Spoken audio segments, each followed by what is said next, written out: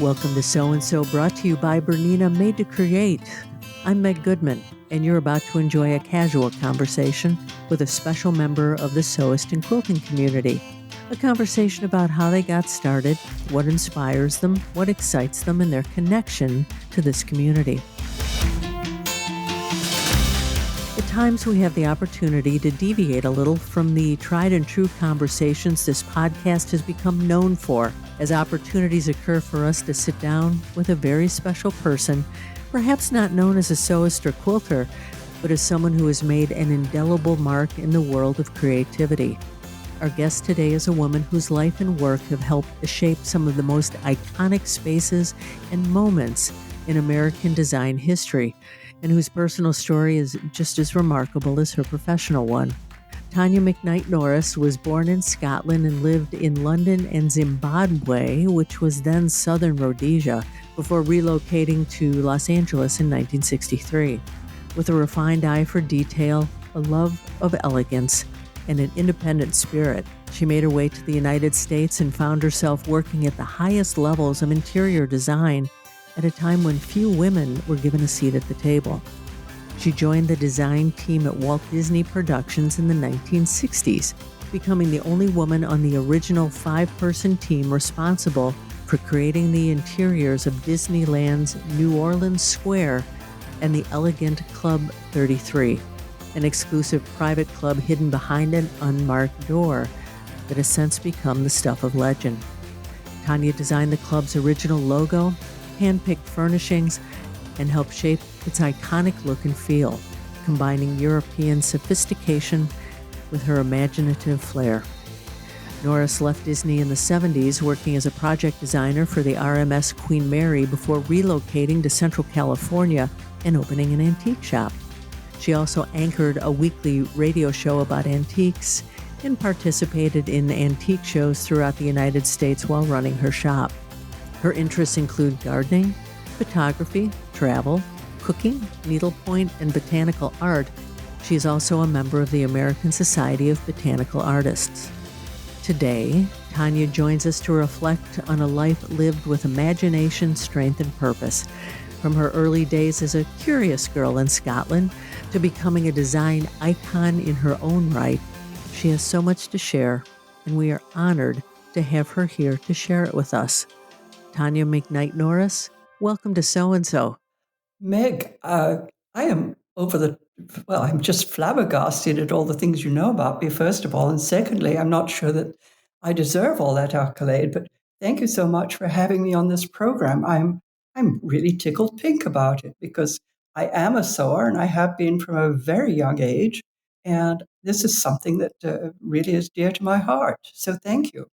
Well, thank you. You and I actually got to meet in person back at Houston Market and spent great deal of time getting to know each other. And it is just wonderful to be continuing this conversation with our so-and-so podcast friends. So I want to start out and talk about your early days in Scotland, London, Zimbabwe. Um, Talk about some of those days and then tell us what brought you to the United States. I was very fortunate, I think, to be born in Scotland. I was born before the Second World War. And so I lived through all of the rationing, but in many respects, my mother had foresight, and we moved to a country home that was part of one of the most revered castles in Scotland, Culzean. And it has a very unusual spelling, Culzean, or Z, as we would have said in Scotland.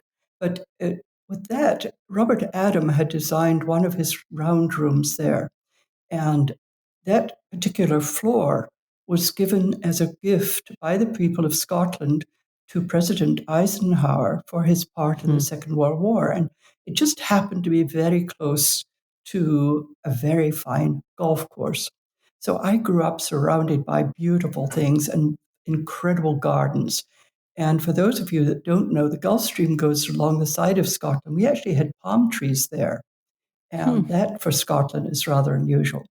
But when my father was demobbed from the being in the Merchant Navy, we moved to Southampton and then eventually to St. Albans. And I had decided at the age of 8 that I wanted to decorate houses.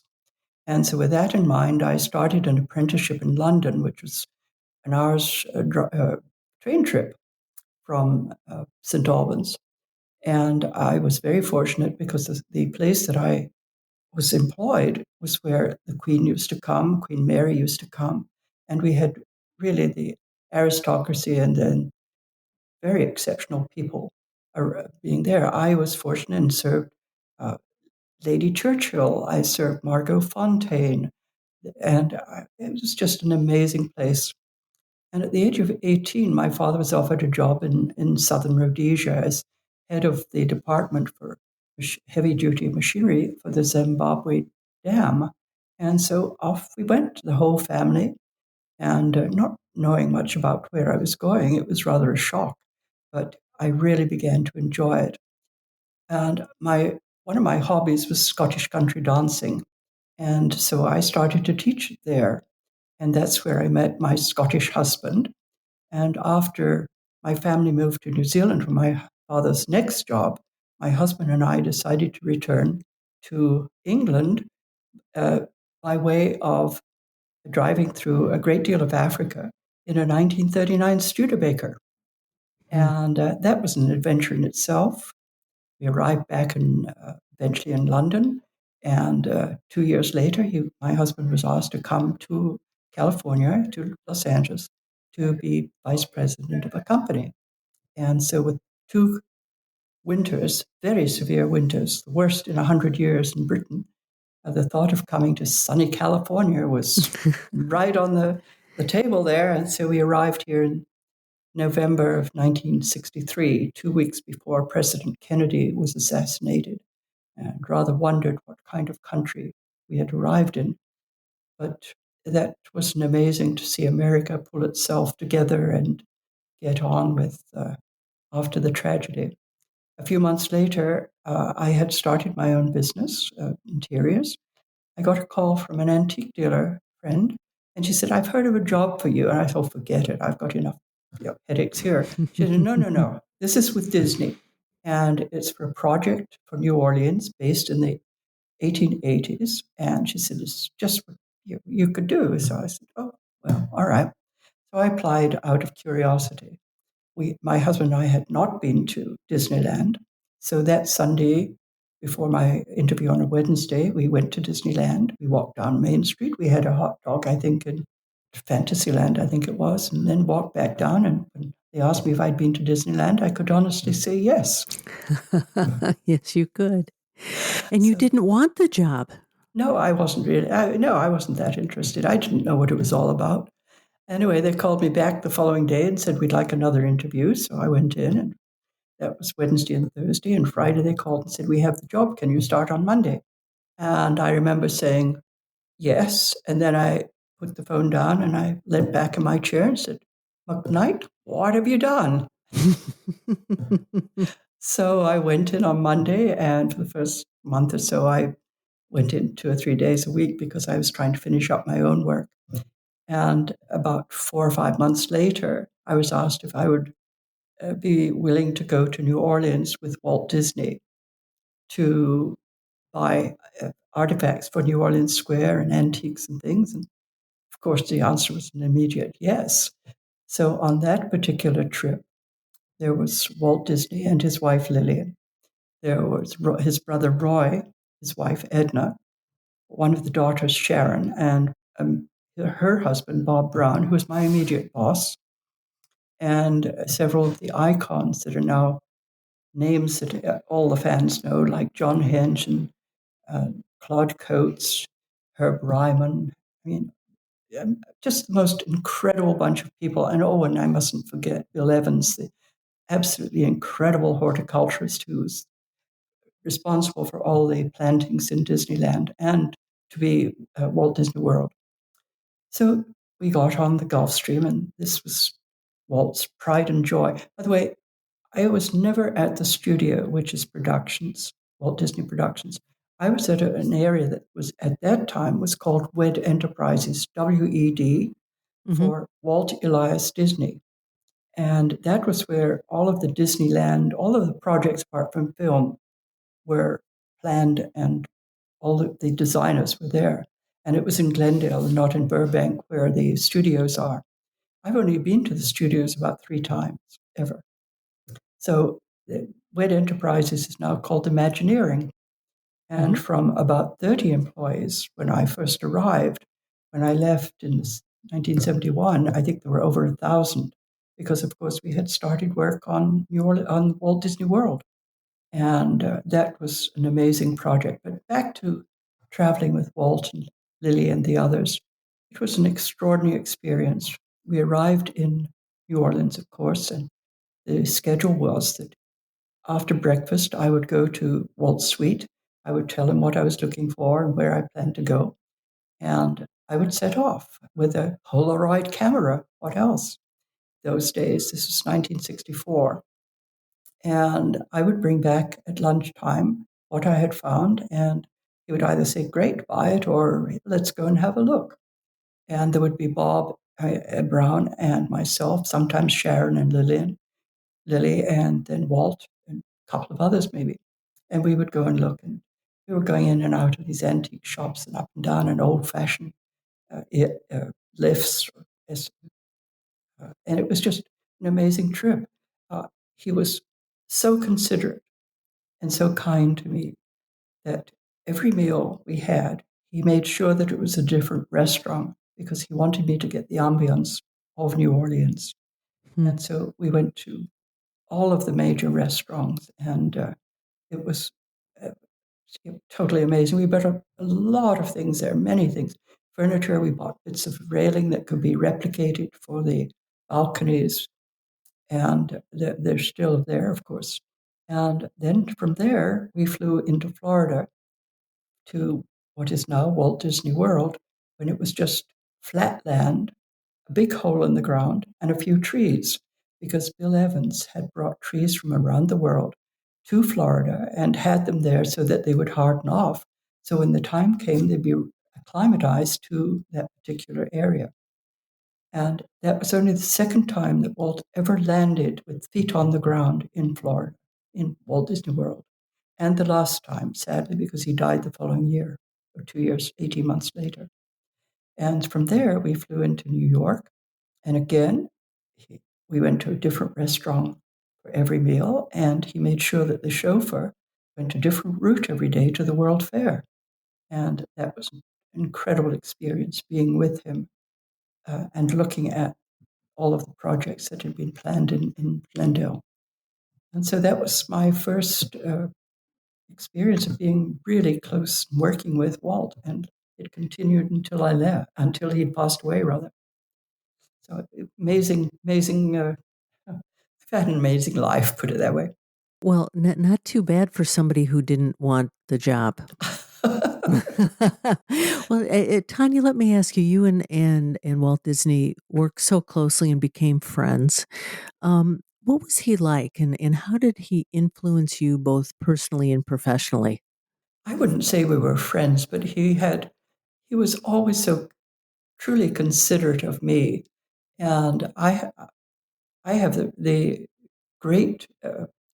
He never said no to anything that I asked. And that's pretty remarkable because he was known to think about things, and he had a way of giving a project to somebody, letting them work it. It wasn't quite where he wanted it to be. He would say, that's a great job, thank you so much. And then next day, the same project would begin somebody else. And that sometimes was hard for some of the designers and artists to take as not being a put down. It wasn't really. It was just his wanting that little bit more from a different perspective. I didn't have any of that. I can give you a couple of instances. One was when we were doing the gourmet shop in New Orleans Square. That was partly owned by Spice Islands.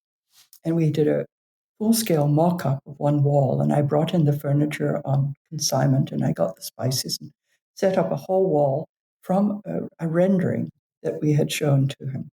And he came and he looked at all the drawings and he proved everything. And I had said to my boss, who was Bob Brown, his son-in-law, and to John Hench, the head designer, that I thought the ladies' room in the Club 33 was too small because we had just had a visit to the park by the Queen of Tonga, who was a very large lady.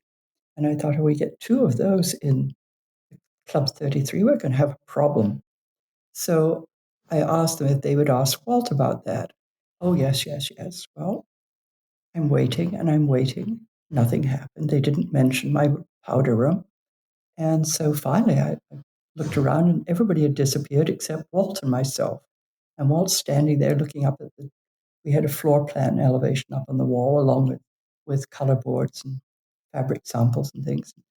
And I said, Mr. Disney, and he's turned to me, he said, after all this time, I've asked you to call me Walt. And I said, but I'm British. It's hard for me to call you Walt. I said, but Walt, the ladies' room is really fairly small. And if we get two fat, rather overweight people there, it's going to be a problem. And he looked at it and said, is that the office next door? And I said, yes, it is. We'll half the office. You've got your ladies' room, and off you walk. I had my ladies' room. They've changed it since, but at that time we had a much larger ladies' room, and it had very decorative, wonderful toile wall covering, and one of those fabulous French, and I've forgotten the name right now, French toilet seats that has the Wayne. It looks like an armchair, and it has cane in it. It's so really quite spectacular. And that was the ladies' room that eventually people saw. He was always so considerate. And many people have asked me that because he had the reputation of not of excluding women, and it just wasn't so. And I never had any problems. He would wander in the back door. My office was right by the parking lot. Walt would come in through that particular door, and he'd come over and say, "What are you working on today?" And I'd show him. He said, "Well, I like that." And we'd discuss it, and off he'd walk. It was always such a very friendly and kind of casual relationship. And as I said earlier, he never said no to anything that I asked or suggested. And I think that is pretty remarkable too. But he was kind, he was considerate, Walt was one of the kindest men I know. He was so considerate of when we were working, or as I told you, in New Orleans and in New York, just wanted me to see everything, wanted me to be part of it. And it was really an extraordinary working relationship.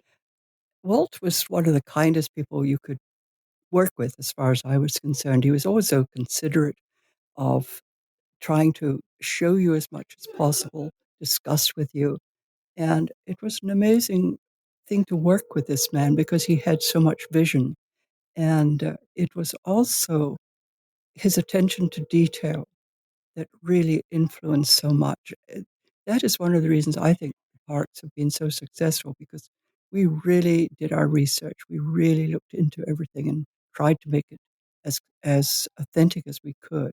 Mm-hmm. And certainly in New Orleans Square, that was so because we actually did, as I said earlier, buy items of old bits of metal that we could replicate, and the colors and the lamps, and made it feel of the period that we were trying to show people and let them enjoy. Mm-hmm. It was, but I think the lasting impression would be consideration, kindness, and definitely attention to detail. Attention to detail. Absolutely. Do you have a favorite attraction at Disney? Oh, I think it has to be New Orleans Square. Mm-hmm. Well, actually, it would be the Club 33, but not everybody is privileged to look at that. The old Club 33, it's been redone, but the original one, which was really quite elegant, and we had waitresses in French costumes, and it was really something very special. What made it your favorite? I think because it was so elegant, because it was not, we didn't have restrictions like you do in the other parts of Disneyland or the parks, because the number of people that use the park, you have to make sure that the items you're using will stand up to that wear and tear. Mm-hmm. And many of the items you see there were developed particularly for Disneyland at that time, by companies like Monsanto, carpeting that would take thousands of people's feet where you're treading on them. Other items that people don't know is that polyurethane, that was the first place that it was used apparently as something for upholstery rather than just sponges. The fabrics that were made by I think it was Monsanto who did this also, that were stretchable in 4 different directions that were used on the figures for A Small World, where the little animals, move in all directions. And if you saw the patterns, you'd never think they were actually for an animal or for a little doll, because they're so cut to make the movements of that particular audio or animatronic figure. Mm-hmm. Things like that behind the scenes have been influential in the rest of the world. I think we were also the first group to use the particular crowd control, where you can stand for 3 hours but think you're only in a very short line because you're going backwards and forwards during those lines. That was all worked out at the park. Things like that, which people don't know. And also the fact that the Main Street is 7/8 scale. When you walk down there, you think it's full size, but it's not. And before they repainted the castle in those vivid colors, it was Walt's desire that it would be in the distance. So you had this forced perspective that as you walk down Main Street, it would be in the distance. Now with this bright blue and gold and stuff, it's right in your face, which is totally different. What incredible illusions. I want to talk about the purple wallpaper in the Haunted Mansion. That is one of your greatest accomplishments. And today, Tanya, and you know this, it has a cult following worldwide. There is clothing, there are tattoos. It is unbelievable. How did you come up with this creation? Well, it's mind blowing to me that it is so popular. And now I've been told you can even have it on your coffin. But uh, and but we needed a spooky wallpaper, and most of the time the wallpapers we used were stock items, but we would change the color or tweak it. But I couldn't find a spooky one, and so I remember sitting at my desk drawing it and kind of doodling it, and I probably had some influence from sketches that had been done by Claude Coates or Roly Crump. But that's and it, I think may have been even a little different to the final version, but it's something I came up with. And I remember the first time I went into the Haunted Mansion after it had been hung, and I saw it, and I looked at it, and I thought, I designed that. And I, because we did, there were very few items that anyone could say we designed. It was always done with a group. There would be the architect, there would be Dorothea Redmond, who's an incredible sketch artist, and there would be a whole group of us, the director, and it would be a brainstorming thing. So there was hardly anything that you could say, I did this. But the purple wallpaper, I could. And I didn't know, I had nothing to do with Disney for 50 years. And then I was kind of discovered. And I happened to mention very casually on a podcast that I had designed it, and the whole thing came to a stop. And they said, nobody knows who designed it. I said, well, kind of, I did. And so I remember it very well. But it's still amazing to me because it's really not that obvious. It's just a wallpaper, and but it has a life of its own, and it's on cards. It's on one famous drummer who's with a rock band who travels all over the world. It's on his drum set, and people come up to me all the time and say, "Oh, you're the purple wallpaper lady," which is kind of interesting. But no, I really it's very gratifying when something that you've designed that it has become so popular, and it's I just kind of it amazes me. I just I'm so grateful though that people have pleasure from it. Another very not well known fact is that your hands have been reproduced many times for attractions at Disney. That's yes. And Um, I got whole $50 for allowing them to do that. how did that come about? Well, they needed some hands, and apparently mine were suitable for what they needed. And the first thing they were used for were the mother in the GE thing that they had. It was actually in the World Fair, and then when it came back to Disneyland, they redid it partially, and they used my hands, and I think they were also used in parts of the Pirates of the Caribbean. Some of the women have them there. Uh, I got $50, but Mitzie Chandler was one of the secretaries. She got $100 because they did her legs. And I thought, well, that's all right. Her legs are longer than my hands. That's okay. So we can say you had your hand in many things at Disney. Absolutely. And back to the back to the purple wallpaper. It is now in all of the theme parks except China. I'm not sure about Hong Kong, but it's in all the haunted mansions. And the latest ship, the Wish, has a haunted mansion parlor on board, which is absolutely sensational. And I was privileged to be on the one of the publicity cruise just prior to the maiden voyage, and was blown away by it. It's astonishing and truly worth seeing. So I hope people will take a trip on the ship. What's it like for you when you walk into one of the haunted mansions and there it is? Does it always have a fresh wonder for you? Yes, Hmm. yes, it does. And when I first saw it, and I'll be honest, when I first saw it on the ship, I broke down because it just overwhelmed me that this something I did all those years ago. I think I was maybe 25 years old. Is still alive and very much alive, and is people are wearing it all the time. I was at a sewing convention, well, the one last week in Chicago, and there was a gentleman there, and he had a pendant of the haunted mansion wallpaper hang on there, and so we chatted about that.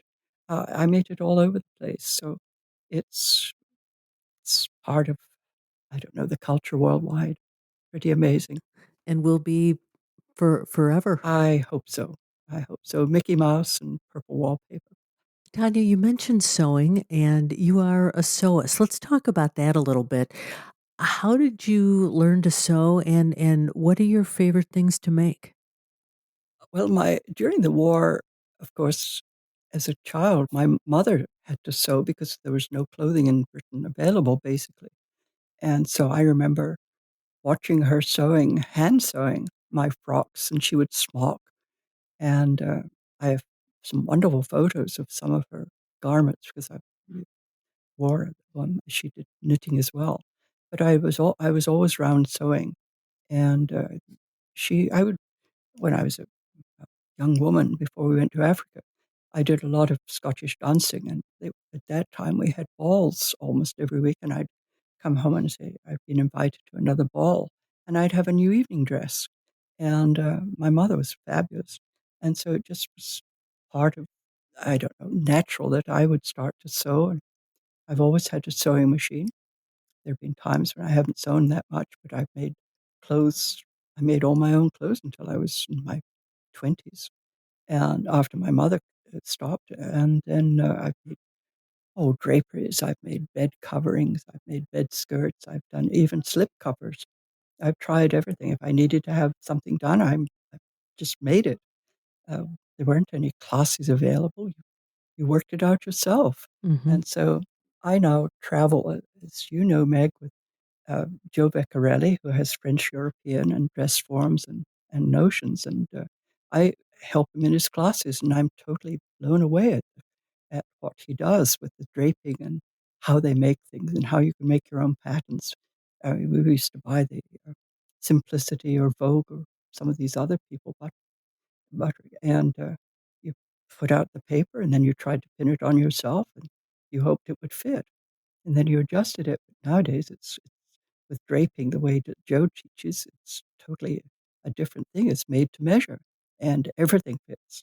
So that's my latest adventure. Uh, is a dress form that is of me. it's so much easier than trying to pin a piece of paper on myself when I can have a dress form that it's the right size and the shape. So, with your schedule, you still have time to sew. Not that much, but yes. Mhm. I just made a jacket which isn't finished yet. Um, Most of the shows we do, of course, are sewing and quilting, and I did a lot of quilting at one time and patchwork. But the last thing I did in patchwork was a jacket, and which I really still enjoy. But I looked at it after I finished. This is the dumbest thing I've done. I'm taking beautiful fabric, I'm cutting it up in little pieces to sew it back up into something. Why didn't I just make it of this fabric to start with? So I don't do that anymore. But no, I still make my clothes, or some of them, and it still gives me a great deal of pleasure to be able to accomplish that. And at the age of 88, if I can do it and use a Bernina sewing machine, my goodness, anybody can do it. Indeed, and for those who would like to meet Tanya at some point, she does work with Joe Vecchiarelli in French European. Joe is also one of the costume designer for Dancing with the Stars. He is a great friend of this podcast. He's joined us many times. Between your creative mind, Tanya, and Joe's, what have you guys got going on for the sewing world? You were talking about some of his dress forms. What have you guys cooked up for the sewists out there? Well, the dress form is really pretty amazing because that is Joe, and he is brilliant at this. But the latest thing for the dress form is a hydraulic base, so you don't have to lift the dress form on and off the stand any longer. You can just press the foot pedal, and up it goes and down. Hmm. And then there's one base that he has that prongs on it, so you can actually stand your dress form on it, freestand it, so you can get all the way around it, like a wedding dress, for instance, that you don't have the stand in the way. And the dress form itself, the one leg is removable, so you can get into the crotch area to make pants without having to fiddle with your fingers. The arms come off. I mean, dress forms are a work of art in themselves, and I just act as the when Joe is draping, I just hand him the pins, and I'm Hmm. totally fascinated. I've watched him do it many times now, but it's still such a magical thing to watch a piece of muslin become a wonderful jacket with pleats and all the rest of it, and how you can adapt it. Uh, and it's I'm in awe of what he does. So I'm very fortunate. I have a great time, and we do a lot of shows. We'll be in Reno this coming week. Next week, Hmm. we'll be in Reno, and then I think we go to There's one in Salt Lake City, there's one in Cincinnati. We've got them planned throughout the rest of the year, but I'll be there. Well, obviously, with Joe, you're working hard, but you just love to travel. You've visited more than 130 countries, which is remarkable. Which is your favorite? And do you have a good story about your adventures there? Oh, I have many stories, really, but I think I wouldn't say it's a country, but if I had to say to somebody, if you want to travel and do something unique, go to Antarctica. I was blown away by the beauty of what I saw there, the colors and the icebergs. The whole atmosphere of the air is so different, and it's truly, to me, it was a magical place, and something that I think people should experience if they're able. Other countries, oh, I think Mongolia was such a great time. I went to see when the sun is blocked by the moon. I can't think what it's called The right now. eclipse. The eclipse. Thank you. Hmm. I went there to see the eclipse a few years ago, because that was supposed to be the best place in the world. Well, it was totally amazing. But from there, went into Siberia and saw a wedding there. Things like that, which are unexpected. I went to Albania to interview some students there for a foundation, and ended up by going with a bunch of students to Macedonia for a day trip. And we stayed in this little hotel, which I've never had to do before. They handed you sheets and you had to make your own bed. I thought that was kind of neat. So you just never know. I've been down the Amazon. I did 1,000 miles down the Amazon, and that was totally amazing. I mean, I've done so much, and I've just been so fortunate. So have toothbrush will travel, my motto. Is there any place you've not traveled to that is still on your bucket list? Oh, yes, yes. There are 3 or 4 in Europe that I haven't been to, and 3 and 4 in South and Central America I haven't been to. I'd like to complete them. And I have not been to East Africa, been to a lot of, to West Africa rather. Haven't been to Nigeria, a couple of areas there. Um, I'd still like to complete some of the continents. I've been to all 7, and it's yeah, still have toothbrush and will travel. Now, in addition to all your travels and your work, you established an endowment for botanical art at the Huntington Library, Art Museum, and Botanical Gardens in San Marino. What is it about botanical art that is so meaningful for you?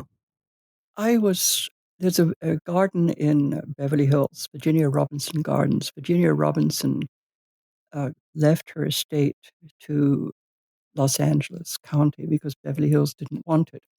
They had already an estate which was kind of a bad deal, so they didn't want hers. And so she gave it to LA, and I was on the board there for 20 some years. And there was a French, she's actually from Britain, but she's French, a botanical art teacher, Anne Marie Evans. And she was coming over, and I thought, oh, painting flowers, that'll be fun. Well, it turned out it's not fun. It's very serious because it's scientifically correct paintings, and it's not just flower painting. And so I became intrigued with the history. And with that, I began to collect herbals or botanical books from, I think the earliest I had was 1516 up to the middle of the 18th century. And they're actually now with Getty. But I became so intrigued with this that I don't do that much painting any longer, but I support it. And Huntington Gardens, and the Huntington as they're now called, is one of the most extraordinary and beautiful gardens in America. And I was involved with the Botanical Center there, and we had botanical art classes. And so I thought this was one way of paying back a little bit for all the pleasure I've had, and being able to do so is a privilege that I have. And now we have the endowment that will pay for botanical classes, or it paid for an exhibition in Seattle, things like that, which will bring the public exposure to what botanical art really is. It's Mhm. not just flower paintings, it's botanically correct depictions of flowers and fauna. And the Huntington have just asked the Southern California chapter of botanical artists, of which I've just past president, if we would uh, paint all of their magnolia collection. And they have some very rare ones. So this is indeed an honor for our group. And a fun one, though, that they've asked us also to do is the vegetable markers for their new vegetable garden. And so we have some interesting projects, and they really do enjoy it. You know, you've traveled so much and met so many. Is there one person in your life that you have met that really left something special with you, impressed you? Oh, there's so many. There's so many even now. I mean, at this moment, Joe Vecchiarelli just walked through where I'm talking to you, and he impresses me. Um, Walt Disney. I was privileged to meet Prince Charles, who's now King of England, because of botanical art. And I've always admired because he did so much behind the scenes that he was never really given that much credit for, both in restoration and gardens, and bringing a lot of information to Britain, actually, with his own gardens, which is organic. Uh, Before that, there was kind of poo-pooed, but he has shown that it works. I'm a great admirer of his, and I was privileged to meet him. I've met many people, Michael Jackson, Madonna, people like that. Of course, Lady Churchill was when I was 17 and met her. And actually, there are still things in Chartwell that I suggested she purchase when she was redecorating. So that was again a thrill. I just have had such a great life, Meg. It's been sensational, and it still is. I'm still doing wonderful things and meeting wonderful people. So it hasn't stopped. And so thank you for being one of them, and thank you for allowing me to be here. Oh, for sure. Tanya, you've done so much and you continue to create. What inspires you and keeps you going? Oh, I don't know that it's inquisitiveness, I Hmm. think. Uh, I was at dinner one night at the Getty Museum. I was very involved with them for some years. I was a consultant over there, um, partially. And one night at dinner, I was sitting next to the director of the Research Institute, a brilliant man, now retired. And he was German, and he had doctorates for all kinds of things, accomplishments. And we were talking about education. I said, "Well, I didn't go to college." And he's about to put a mouthful of food in his mouth, and he stopped. And he said, "Where did you get your education?" And I had to stop and think because, yes, I went to some very good schools, and I was very fortunate there too. But I think it's because I've always wanted to know how things are made, how things are done, what's there, and inquisitiveness. And I think as long as you keep learning and you want to know things, then you'll keep being interested and you'll keep one foot going in front of the other and just have a great time. What's next for you? Retirement, maybe? I don't. No, I don't think so. I don't know. I'm still traveling the sewing and quilting expos, French European with Joe Mhm. Vecchiarelli. Um, I don't know. It's just I really don't know. I'm always amazed at the doors that open for me, and maybe it's something to do with sewing. I have no idea, but whatever it is, it'll be fun. In our conversation today, Tanya, is there any question I didn't ask you that you wish I had? Oh no, I don't think so. I think we traveled, covered so much. I mean, we covered my working with Walt. We covered the uh, the antique. Oh, one thing I did, which wasn't mentioned, and was at the same time as I had the radio show at Antiques. I was on the radio for a half-hour talk show 5 days a week, drive home time, and it was called The World of Books. And I interviewed an author a day, and I read a book a day. And I was one of the only two people in the country who actually read the books because most book interviews are from a set of questions that are given by the publicist. Mhm. And the same two or three questions are always asked, whereas I had read the book. And sometimes, to be honest, I knew more about the book than the author because it had been edited so much. But that was really quite a challenge, and I really did enjoy it.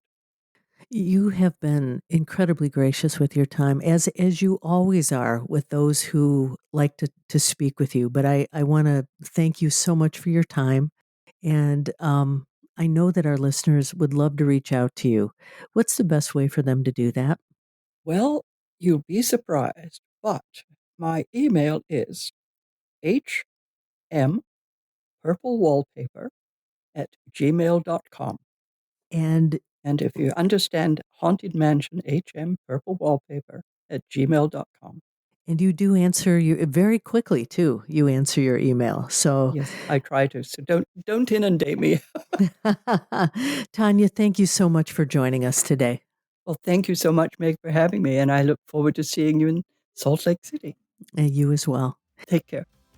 Beyond the accolades and the accomplishment, what defines Tania McKnight Norris is her unshakable creative spirit, her fierce independence, and her unwavering belief in beauty, quality, and originality. She's lived through eras of enormous cultural change, and in her own elegant, deliberate way, she helped shape them. May her story serve as inspiration and a catalyst for us all to use in following our creative dreams. And there you have it. Another story about someone like you, someone for whom a passion became a way of life and a connection to something bigger. A story of inquisitiveness, fortitude, and taking chances, such important traits for creativity, a fact that every sewist and quilter knows so well. If you know someone you think has an outstanding story, a story that should be shared on this podcast, please drop me a note to meg@soandsopodcast.com or complete the form on our website.